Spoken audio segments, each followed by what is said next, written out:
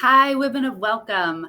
I am Sarah Casada on our Women of Welcome team, and I am so excited to be talking with you today and for you to join us for this live, or maybe you're watching the replay. And either way, we are glad you're here.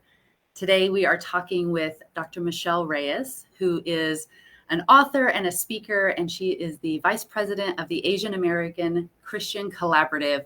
And we are going to be talking about one of my favorite topics, which is about choosing welcome across cultures, about how do we demonstrate welcome in our everyday lives with people who may come from different places or different backgrounds than us.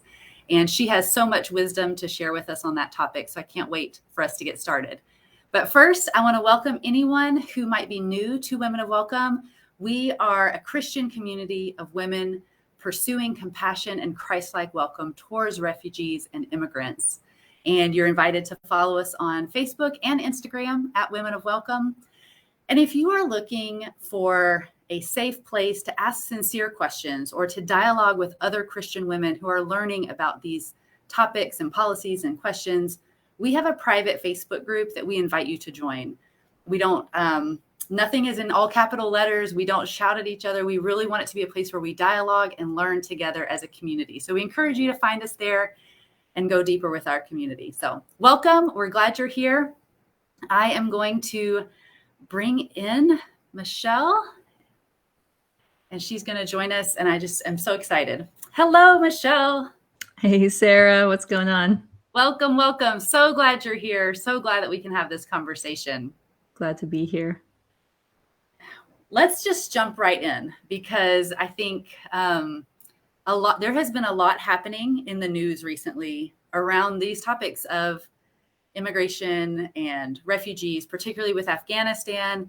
Now we're watching what's happening in Del Rio. And we know that these incidences, they often stir really an outpouring of welcome from so many Americans. We don't want or like to watch people suffering, and we want to know how we can help, how we can welcome.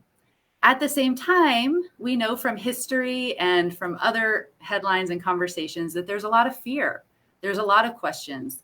And one of those that comes up a lot is about changing culture. And since you are an expert on culture and communicating across cultures, that's what your book is on. Would love to kind of talk with you about, what do you say to people who have concern about a changing American culture when we think about welcoming immigrants and refugees?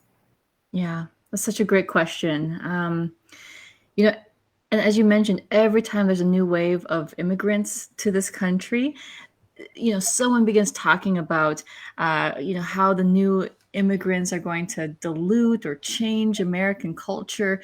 But I feel like we just have to take a step back and actually ask ourselves, what is American culture? What do you mean when you say American culture, right? And I mean, honestly, think about that for a second. Pull out a paper and pen and jot down your ideas of how you're defining that, because with over 300 million people of different races and ethnicities, the United States is one of the most culturally diverse countries in the world. There's over 300 languages spoken here in the States. And so the reality is there are hundreds of American cultures, plural, in the United States today. And there's no one way to be American. There's no one singular American culture. And so when folks argue that immigrants are coming and diluting American culture, I think what they're often saying is that there's a fear that new immigrants are going to change a certain white conservative culture in America. Oftentimes a culture that's connected to the Republican Party, or that reflects certain conservative values, or a certain lifestyle, like speaking English only, or certain American clothes, celebrating American holidays such as the 4th of July. And in and of themselves, those things aren't bad. But what if we begin to tell ourselves, regardless of what culture we're from, that my culture is not the standard, and that my culture is just one of many cultures in the United States, and that people of other cultures and ethnicities define themselves differently as Americans, and that's actually a good thing. Sarah, I even think about you and me, probably how you define yourself as an American, your quote American culture, probably, actually, I know it looks different than what I would say is my culture as a second generation Indian American woman, and that's not right or wrong. It's just different. So if we can begin to think more along those terms, we can worry less about immigrants coming and threatening our personal version of American culture, and perhaps we might start to become more interested or even excited about the new possibilities that immigrants could bring to our broader American life. You know, it's funny, and I think one of, it's, I can't, I'll get the analogy wrong, but it's like, you don't, if you're a fish, you don't realize that you're in water until you're out of it, right? And I think that's what sometimes when we think about an increase in immigrants where we live, it's like you don't actually know what you mean by culture until something is different. And I will say that my husband is Guatemalan. When we got married, if you're on our email list, I shared this story with our community of my husband sending me to the grocery store to get chips. And I come home from the grocery store and I'm like, here you go, here's the chips. And he's like, ugh, you got potato chips. And I was like, yeah, you said just plain chips. He's like, I meant chips, like just regular chips. I'm like, I don't understand what's happening. And he holds up a bag of tortilla chips and he's like, we need more chips. And I'm like, oh, okay. So our use of the word plain chips means something different because of where we grew up and what we're used to eating. And that, of course, is this really silly example, but I think it speaks to kind of this broader picture of when we're around people that are different than us, we're forced to say like, well, what do I mean when I just say chips? What do I mean when I say this is the way we do it? And sometimes it's as simple as just, we're going to have to communicate more clearly. We're going to have to communicate differently if we want to be on the same page. You can still have your chip preference. I can still have mine, but we're going to have to communicate if I'm going to do the shopping, right? Amen. But sometimes it means, well, more chips for everybody, right? We're going to and I mean, in our family, that means we celebrate Noche Buena on Christmas Eve, which is a much more traditional Guatemalan celebration. And so my kids have always grown up celebrating Noche Buena on Christmas Eve. And then we do Christmas morning, very similar to how I grew up. And we get kind of the best of both, right? And so, but you don't know. I had never even heard of Noche Buena until I was encountering someone who was different than me and trying to figure out how we live together in the same house and family, which is just kind of a micro example of what we're talking about. So good. But I think even for us as Christians, I think we are always kind of wrestling with those questions of what's the tension between my culture and my commitment to God? And where do those things overlap and where do they not overlap? What's a faith issue versus what is a culture issue? And what does it mean to stay grounded in our faith identity as a primary identity? And so, just would love to hear from you on that too, of what staying grounded in the global church, what does that kind of look like for us as we welcome new people into our geographic space? Yeah, absolutely. I have so many thoughts about that. I mean, on the one hand, yes, we all believe as Christians in one God, one Father, that's Lord over all. Those truths represented, in the creeds, the Nicene Creed, for example, those cannot be challenged from one Christian to the next. Absolutely. Jesus is God. God exists in a Trinitarian form, but we also have to understand that our faith is expressed culturally in different ways from one people group to the next. And, statistically, as we look at the new immigrants that are coming into our country, they are the ones that are revitalizing American Christianity. I even just read a statistic last week about how in the midst of the pandemic, so many folks are excited to go back to everything, pre-COVID life, if you will, except for church. I think North American white evangelicalism needs to come face to face with the ways in which people are leaving the church in droves, and it's immigrant churches, Black and brown churches, Burmese home churches, Nigerian home churches that are revitalizing American Christianity. Beyond that, I'd say a few things. First, we need to understand the realities of the global church, because I think you're bringing up a really important point, that in terms of, we need to see these new immigrants coming in as part of the global church. There are Christians that are crossing the border, people that are fleeing religious persecution, and so the experiences of Christians around the world are not the experiences of U.S. Christians. We need to first understand that. The Christians around the world experience hostilities and oppression from governments and from other religious groups. We have Guatemalans in our own church here in Austin, Texas, that fled their home country because of religious persecution, and they're here as asylum seekers.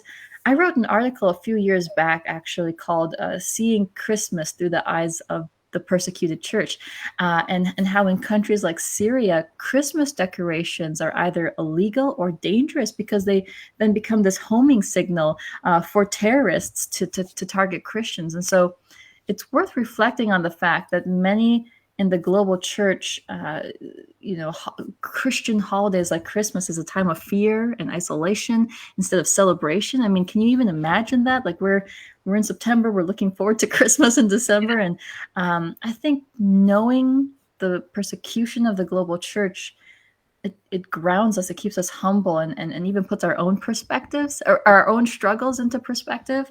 I think second is, as we seek to stay grounded in the global church, we need to know who the contemporary and historical theologians are. We need to be reading, listening to, learning from Black and brown theologians, from and pastors, scholars from around the world. A few that I can even just give a shout out to: Latin theologian Renee Padilla, who passed away recently; Indian scholar Dr. Havila Durham Raj. I mean, she's done incredible work in terms of making visible Indian theology and scholarship. The Christian Palestinian theologian Grace Al Zolbi Artin, the African American theologian Howard Thurman. It's not that we need to take off the reformers from our bookshelves, because there's so much that we should learn from the reformers, but we need to expand our bookshelves to have Black and brown theologians as well. And then third, we need to know the history of the global church. There's a lot of good books out there, including Global Theology and Evangelical Perspective, that kind of gives an intro to Latin theology, African theology, Asian theology. That could be a great place to start. But the last thing I'll say, Sarah, is that the one thing that we'll learn from the global church, the more that we dive into the perspectives of Black and brown Christians from around the world, is we will gain a different understanding of how we are to love immigrants and refugees. And I say this because in so many places around the world, this is not a politicized issue.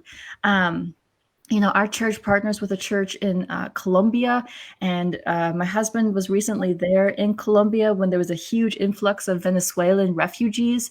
And there was no question of whether this church in Colombia should care for these Venezuelan refugees. I mean, they would probably have even called themselves, quote, conservative Christians, but there was no like, oh, we don't care for these people because we care about border security. They basically just quoted scripture to us. I mean, the Pentateuch about caring for the sojourner and the foreigner and the migrant, verses like Leviticus 19, verse 34, because that is the heart of God. And a few years ago, we were doing work with pastors in Africa, in Uganda, and there was an influx of Sudanese refugees at the time. And these are like small village churches, and they just welcomed them. There was no asking like, hey, what's your status, or hey, I don't know if we have enough food for you guys and our own people. It was just, there's people in need, we need to help them. And in other words, when we study global theology, when we get better acquainted with the global church, the better, I think the greater our understanding will be of what it means for us as Christians to care for immigrants and refugees, and to not see it as a political decision per se, but rather as an outpouring for our love God and for his people. That's really good. So you've said so many good things, but trying to just kind of distill it all, I think there's we've talked a lot in our Women of Welcome community about times women in our community have experienced welcome when they've traveled to other countries. And it's just story after story after story of how, my own personal story, I was in Guatemala and I was driving a stick shift on a really dicey hill and I got my car stuck in this impossible situation. And I'm literally crying, trying to talk to a stranger who I eventually let drive my car. And he and a couple of other men moved my car. Now, I don't ever recommend people go and start driving other people's cars as an expression of welcome. But I felt so cared for as just as a foreigner, as someone who didn't speak Spanish well enough to really communicate and was obviously sort of a basket case in that moment. Just being helped in this really tangible way was just it's just like an exhale. When you live abroad, when you're in another place, when you're in an unfamiliar place, you're always on edge, trying to speak correctly, trying to figure out, all the little things like, why does the shower head work this way? Why does this, the driving rule? There's just so many things. And so just those, being able to say, we can learn from other people how to welcome, because there's so many good examples. And many of us have experienced those examples, even here in the United States. Even if you've never traveled, we have people share stories of, I had some new neighbors from another country who immediately invited me into their home for dinner as soon as they met me, and that's not necessarily in all places a sort of culturally American act, but it's an opportunity to learn, what does it mean to just say, come on in, come be a part of what's happening here. And it's a learning curve for us. I was once invited to a graduation party of a person I did not know at all. And I felt uncomfortable, but nobody else felt uncomfortable that I was there. I felt uncomfortable. And so it was an opportunity for me to kind of lean into that moment and say, what can I learn here about, because I would never think to invite a stranger to my child's graduation party, but it was a different experience. And so I just love that. I love the idea of what the church can learn from people who are arriving. I grew up in the 80s and 90s, a lot of focus on missions, going out to other places.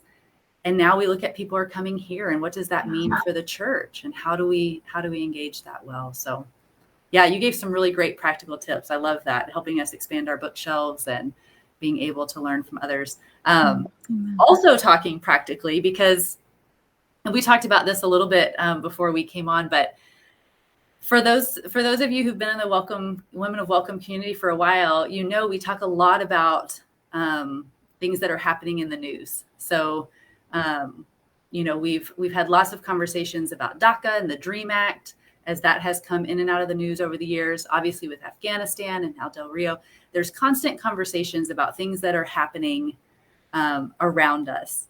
But if you stay in this conversation long enough, the news just kind of continues to ebb and flow. There is often something happening that needs to be addressed, all of those things. But for many of us, that means calling our representatives. It means supporting organizations that are on the ground.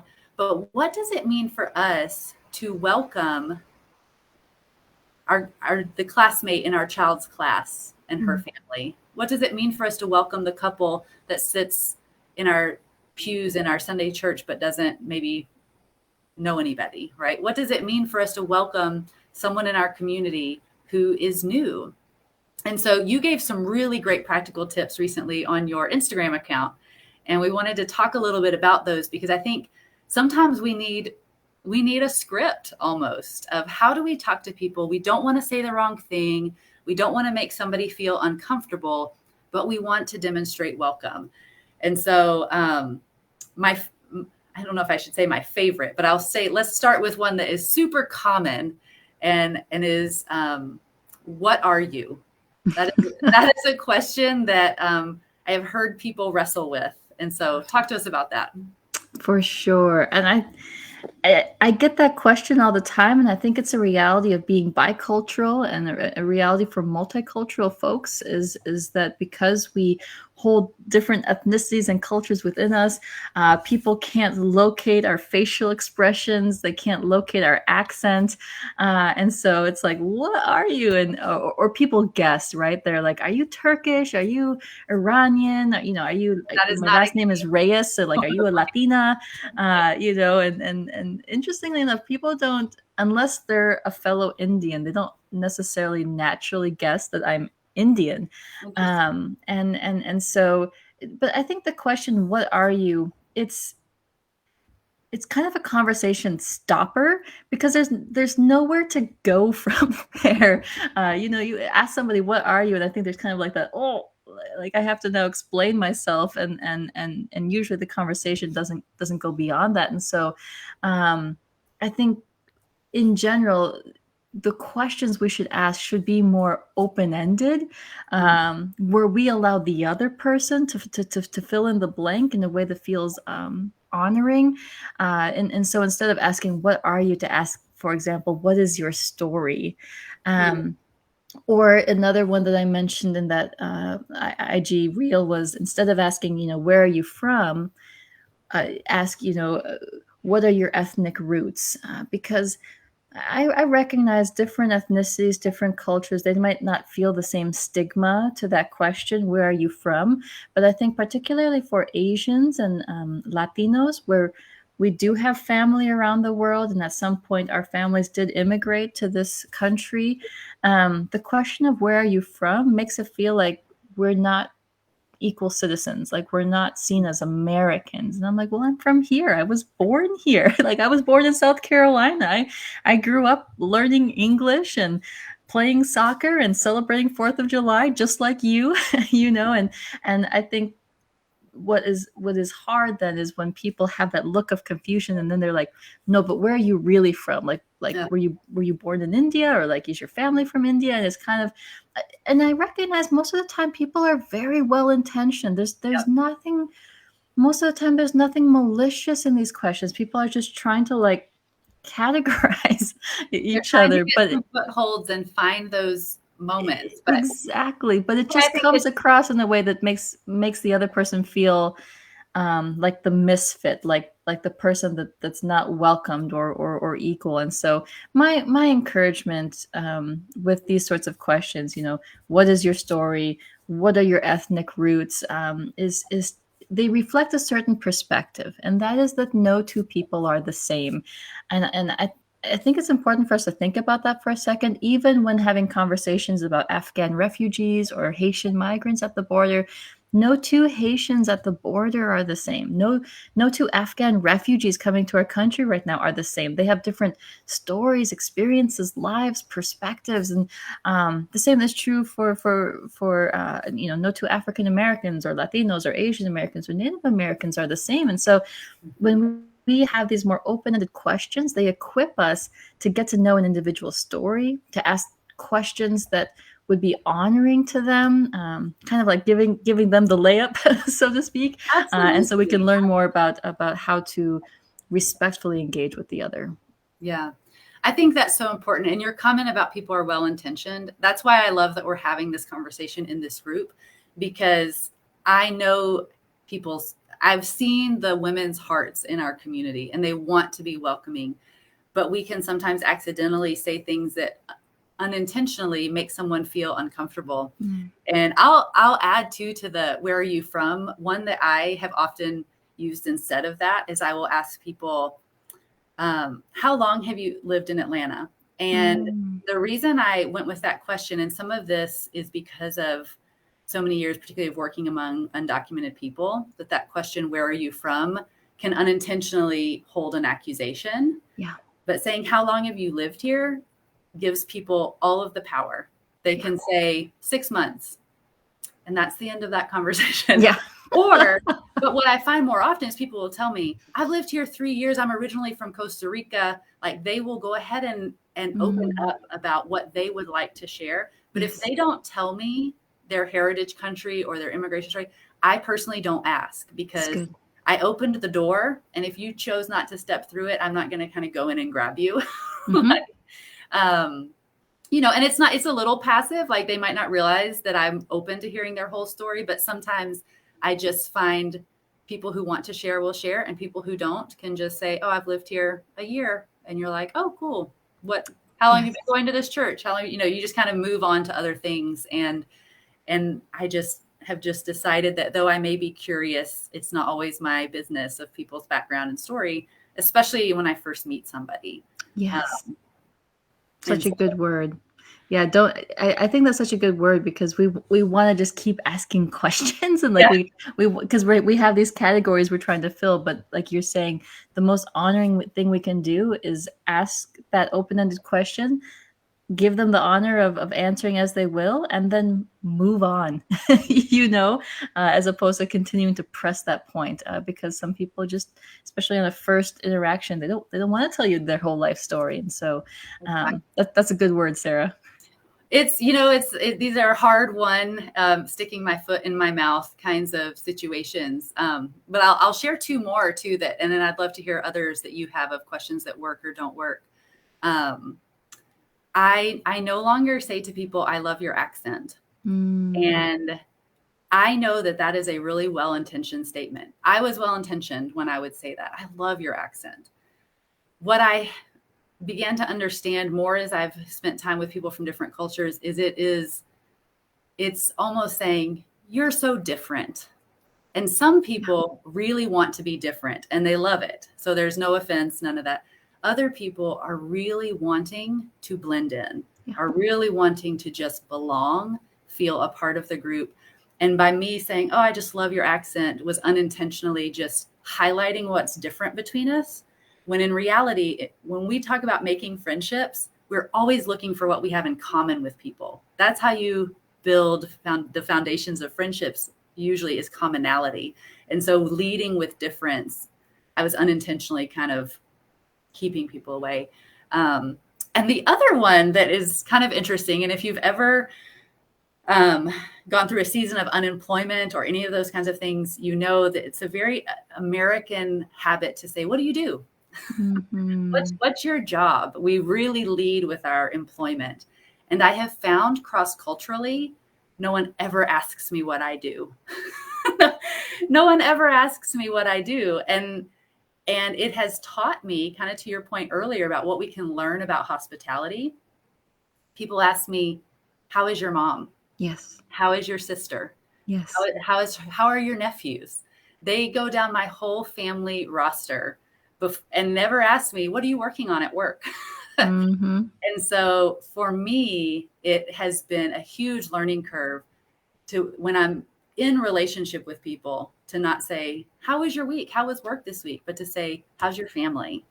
Um, so those are just a couple of things, yes. and I know you have some more too of just questions that do or do not work. I'd love to hear your thoughts on other tips for people as they engage in That's so good. conversation. That's so good. I was gonna say that too, asking how, tell me about your family. How is your family? But then I think along with that, we also have to understand or maybe even reimagine what the point of cross-cultural engagement and cross-cultural relationships is. Hmm. Because I think too often we have a very low bar of just being nice to somebody of a different culture if they happen to cross paths with us. And I'm not saying that's a bad thing, right? But like if you're walking down the sidewalk, you're at the grocery store, and you happen to walk by somebody of a different culture, and you smile, maybe you say hi, and I think sometimes for a lot of people they're like, check, like my diversity quotient is now filled, or I am a friendly person to people of other cultures, and I'm not saying you shouldn't say hi to somebody on the sidewalk, but that's a very low bar for for understanding cross cultural engagement. And I think instead of the model of Jesus, where he is going to people's homes, he's telling Zacchaeus, like, I'm coming to your house today, and I'm going to eat with you. Uh, that is really our goal when it comes to cross-cultural relationships, is to break bread together. It's to eat together in each other's homes. And so, yeah, especially, just breaking it down on a personal level for that neighbor or that person that comes to your church, or maybe it's that person that you see on the sidewalk. As you strike up a conversation with them, our goal should be, hey, can we follow up and have some tea? Or hey, can you bring your family over for dinner, or go to their home for dinner, and to really live life together. That's the goal. And so, a lot of these questions that we're talking about, what's your story, what are your ethnic roots, tell me about your family, those should be done around a dinner table or a coffee table. So I just wanted to add that as well. That's a great reminder. These are not grocery store checkout questions. These are these are church fellowship hall. This is trying to build relationships across cultures, and to do that in honoring ways. But relationships, whether across cultures or monoculturally, they have to be reciprocal. They have to be authentic, and Yes. that often food always helps with that, being a connection. But I love that story of Zacchaeus, and it goes to something that I have has been a big learning curve for me. And my husband and I talk about this, of sometimes the most hospitable thing you can do is to go into someone else's space. Yes. That asking someone to come into your space where you're in control of all of the cultural norms, the food choices, the everything, it's actually very vulnerable to be a guest in someone's home, because they might cook something you don't like. They might ask you to take off your shoes or put on your shoes. They might, I don't know if people ask you to put on your shoes, but you know what I'm saying? Like there's all these little things where you are unfamiliar with what's happening. Yeah. And so this idea of actually accepting invitations, or, and this is really hard for me, inviting yourself into other people's spaces, can often be a very loving thing to do. Amen. Again, Amen. in a relationship, not someone you meet at the grocery store. Amen. No, Sarah, and I'm on the other end of that spectrum, where I've had to learn that not everybody likes having, somebody just appear and knock on their door and say, "Hey, let's have coffee," because that's the culture I grew up in, in an Indian family. Having an open door sort of approach to hospitality is that people could show up at any time of the day, and it didn't matter what we were doing. We'd stop. My mom would make some chai. We'd pull out like a whole bunch of snacks and just talk, and it was even part of like the rhythm for my sister and I, whether we were doing homework or something else, that we would put that down, go sit at the table, and as a family all converse with whoever had come over. And I remember after my husband and I got married, and we were living in our first house, and I was like, I'm going to go get to know my neighbors. And I just walk across the street and knock on the door. And my neighbor's like, "Hey, you want to hang out and get some tea?" And they're like, "No, I'm busy." And I was like, "Oh, okay, I'll come back later." It is a cultural shift. It is. And I think also just recognizing that we have all these different cultural norms, so we can have grace with each other, as opposed to being like, "What is this person doing?" But yeah, having tea, eating a meal, and like you said, receiving the gift of hospitality, going over to someone else's home, and being willing to put yourself in a situation where you're eating something that doesn't feel normal to your cultural palate, or the smells, maybe the incense. There definitely are cultures that people's homes I've gone into where they do hand me house shoes, right? So you're totally accurate about, there are sometimes shoes you do have to wear in the house. Indian homes, you take off your shoes, and just feeling willing to enter into that and to show love to people where they're at and in their own culture. I couldn't agree more with that. I love that. And I'll throw out a little comment for the parents in the audience. Something that I have found helpful with my own kids, because we often use the, kids will say, "Well, that's a weird name. That's weird. That's not normal." And so we very young started giving our kids language to say, "That's an unfamiliar name to me." And that shift from weird to unfamiliar felt a lot better as far as like saying, this is something I've never heard before. That is like a neutral judgment, right? Whereas weird, and we talked about this with our kids, weird sets it up as like there are names that are normal and names that are weird, but this is not a name I've heard before. Could you repeat it? Or I need help. Mm-hmm. And so I think just, sometimes for those of us who are figuring out how to navigate cultures ourselves, and then we're also trying to bring little people along with us to do that, they will say things that we don't, they're not as censored sometimes. And so I'm just going to throw that out there as a little tip that's been helpful in our family as you're thinking about what does it mean to welcome across cultures. But so good. You started talking, you already kind of led us into the next part of our conversation around we want to have the type of welcome that Jesus demonstrates. And you mentioned Zacchaeus' story. And for this community, our desire to welcome is rooted in our faith and the welcome that Christ has demonstrated for us.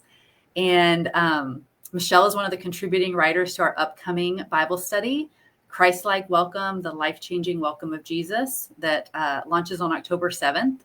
And I would love just to kind of hear from you on how you see Christ-like welcome, informing how we engage cross-culturally. Yeah, for sure. Well, I think it's powerful if you sit back down with the Gospels to see that Jesus, he's constantly going to people.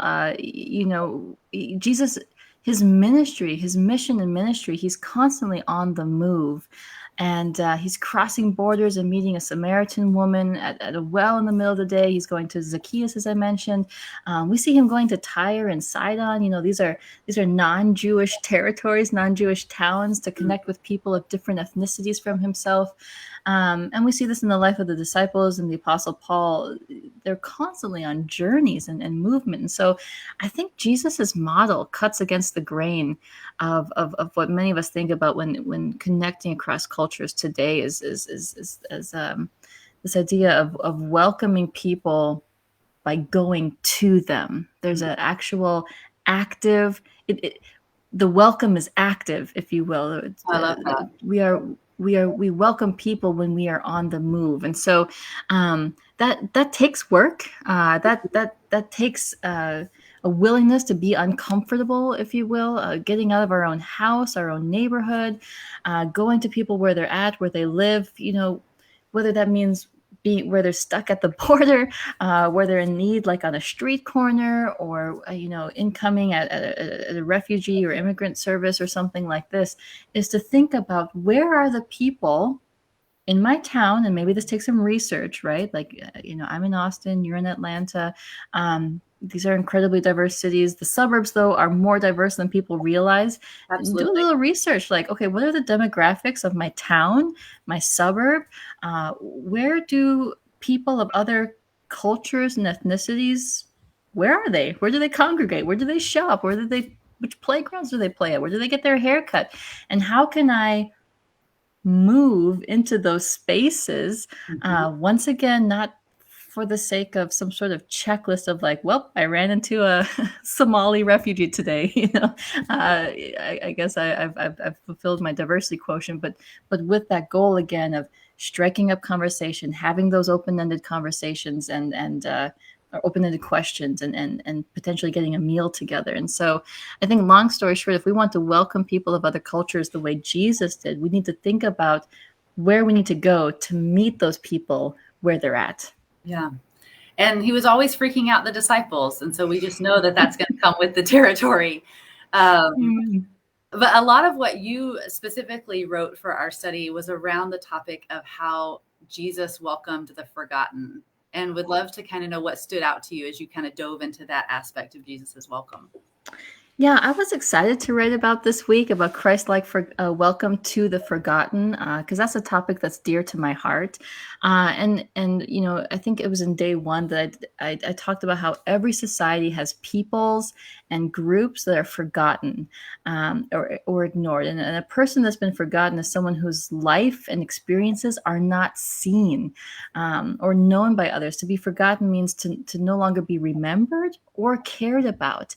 And in the first century world, people with physical disabilities and sickness, but also foreigners, immigrants, even children were often pushed to the periphery of society and then forgotten about. And much of Jesus's ministry is geared toward the forgotten. When he enters into the scene of human history, he goes straight to the vulnerable. He prioritizes the vulnerable over the powerful. He prioritizes the invisible over the, quote, popular, right? And declares that every person, regardless of their physical ability, their sickness, their age, their social standing, should be treated with value and equal dignity. In other words, Jesus welcomed the forgotten to the table. And I love that he goes and not only heals people physically, but in doing so declares that they have the right to be seen. And so he doesn't fear them. He doesn't fear difference. Yeah. And he doesn't just ignore them because they're vulnerable, but he treats these men and women, these vulnerable, forgotten men and women, as equals. And so I think about what that means for us today, that Jesus is inviting us to offer tangible welcome to the forgotten of our day, immigrants, those experiencing homelessness, people with mental health struggles, disabilities, special needs, because so often, not only in our society, but also in our church, within our, quote, Christian spaces, these are people that can be overlooked or ignored or dismissed for a variety of reasons.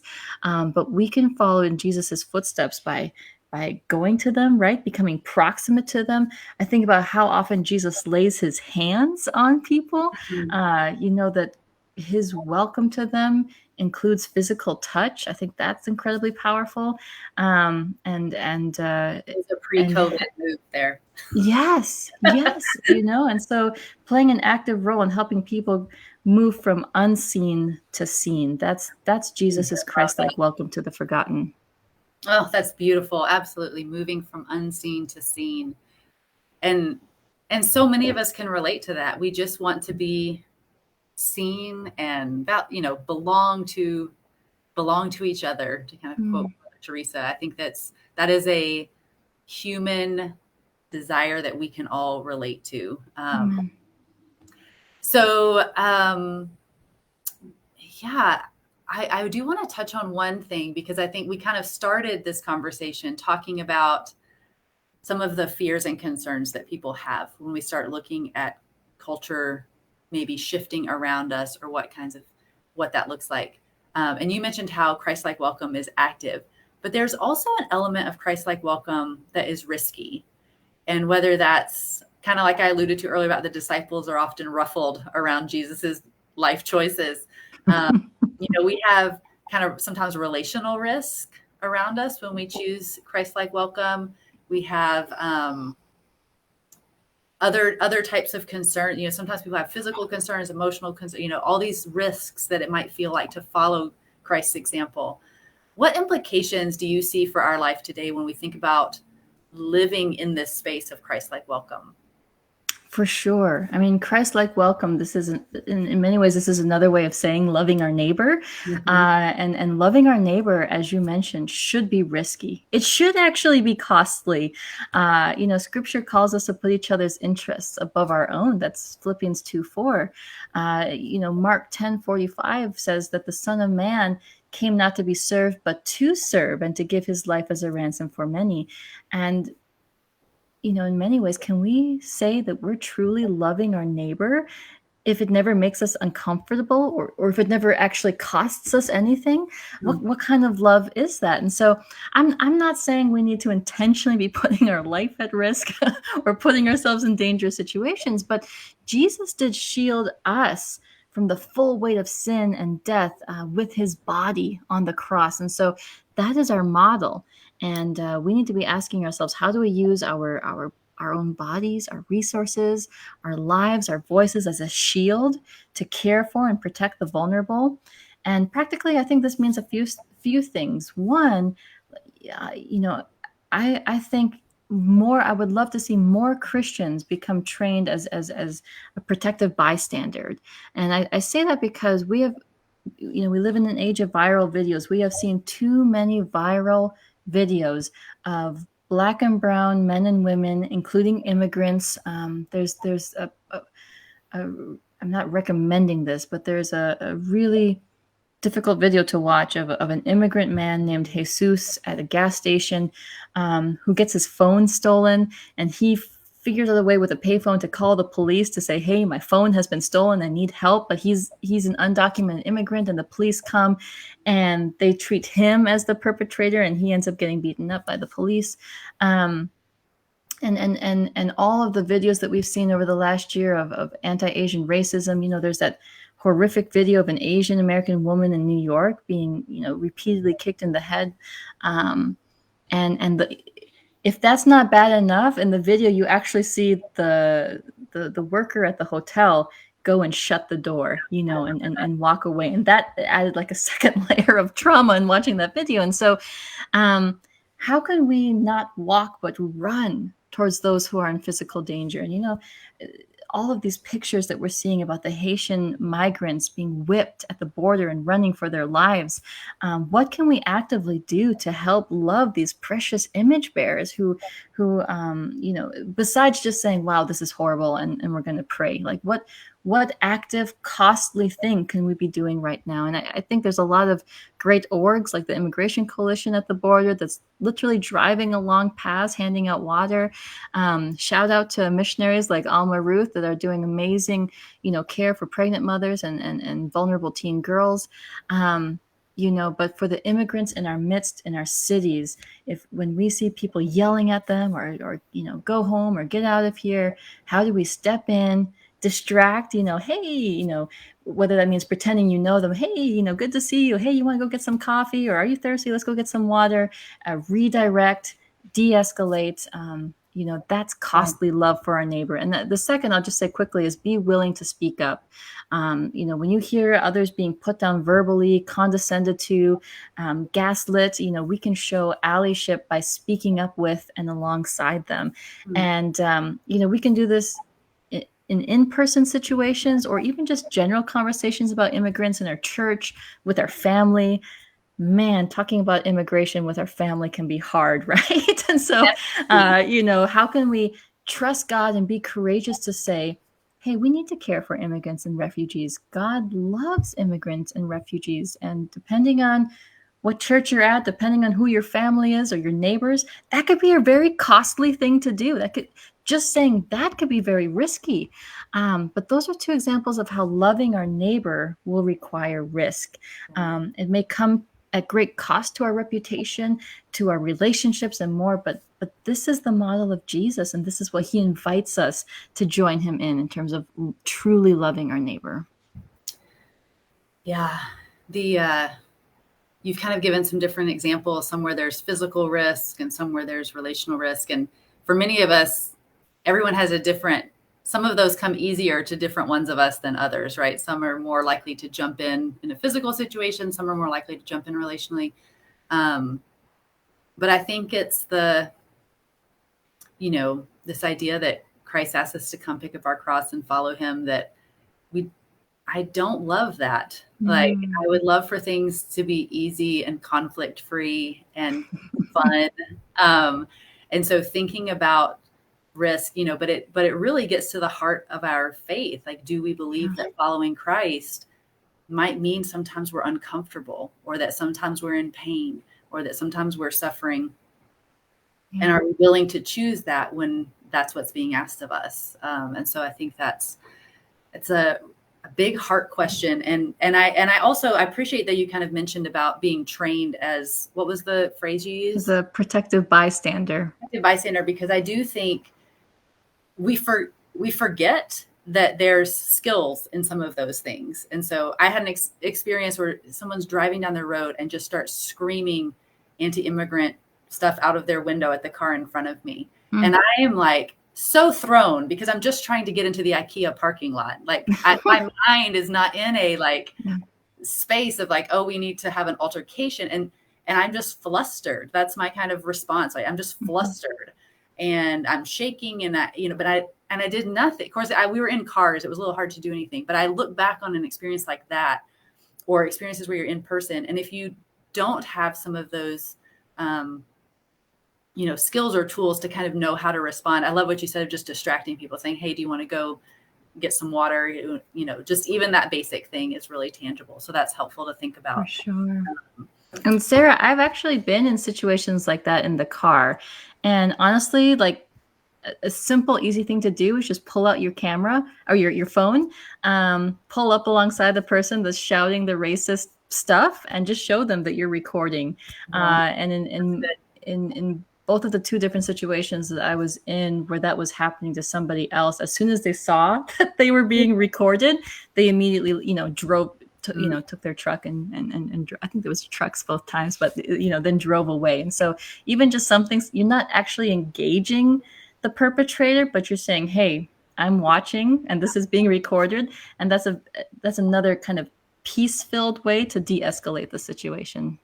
Oh, that's so helpful. I mean, I have goosebumps just remembering that whole experience. And I wasn't even the target or directly involved, but it's so rattling, I think, when you see those things happening. So that's a good reminder. You have shared so much great wisdom with us today, and I just appreciate all of your experience and insights. One thing that we ask all of our guests, and I would pose to you as well, is just the question, what is Christ-like welcome? Yeah. Well, I'll say this plain and simple. I believe that Christ-like welcome is caring for people holistically and helping restore their basic dignity and place within society. And, I think this is a good word for us today in terms of understanding, what is the gospel and all of this, right? That certainly we can welcome immigrants, the vulnerable, by telling them about Jesus, praying for them. We should do that. We should care about their spiritual state. But we also need to care for their physical, mental, emotional, and social state as well. So Christ-like welcome is caring for people holistically. Oh, beautiful, beautiful. Thank you to everybody who joined us live, and thank you to Dr. Reyes for speaking with us. It's so great to have you here. Just a reminder, if this is the first time you've encountered us or you're not connected to us on other platforms, we would love for you to follow us on Facebook or Instagram at Women of Welcome, or join our private group on Facebook. So we're so grateful for you and for this community, and as we all are learning together of choosing welcome across cultures. So thank you, Dr. Reyes. We'll talk to you later. Thanks for having me. Bye-bye. Bye.